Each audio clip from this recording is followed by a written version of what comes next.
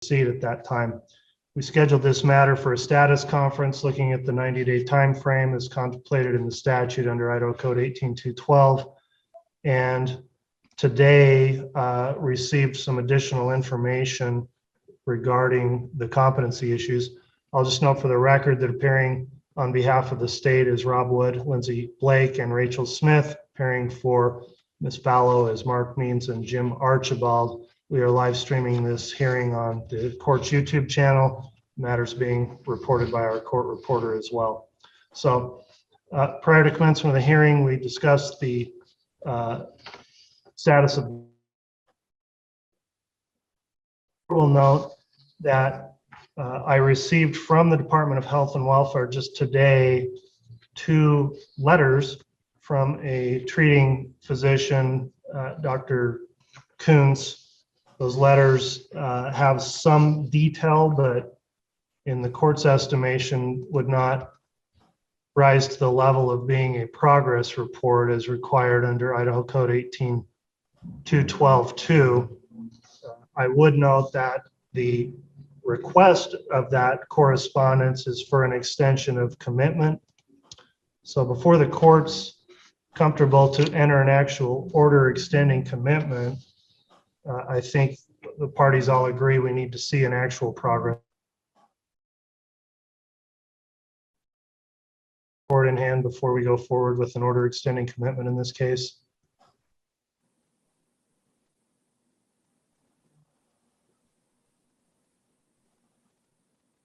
Mr. Wood, can you hear me? You froze up, Your Honor. I'm sorry. Okay. What was I? Where did it leave us off when you last heard? Well, it froze for a minute, and then I just heard you say something about needing a progress report. Okay. Yeah, the letters don't. I wouldn't consider them a progress report. I think we need a progress report before an order extending the commitment would be entered. So I was just asking, does the state agree that before extension of a commitment, we would need to see the progress report to satisfy the statute? Yes, the state does agree. All right, Mr. Means, Mr. Archibald, do you also wish to have a progress report in hand before the determination on a extension of the commitment? Yes, Your Honor. Your Honor, I don't think we could test the idea of continued commitment, but a progress report I think would assist with the matter for all parties. Okay.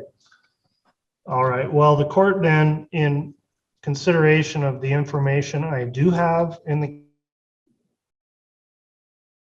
commitment, be temporarily extended at this point by oral finding on the record in today's hearing, pending further proceedings to receive a progress report from the Department of Health and Welfare.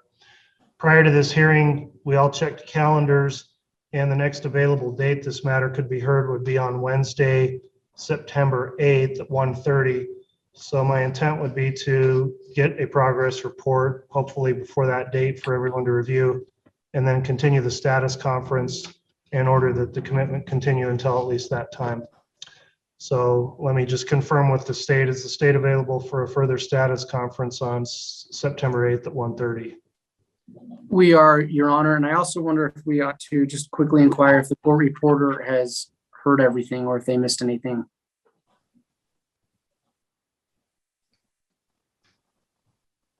I heard everything except for when the judge froze up. Okay. All right, thank you.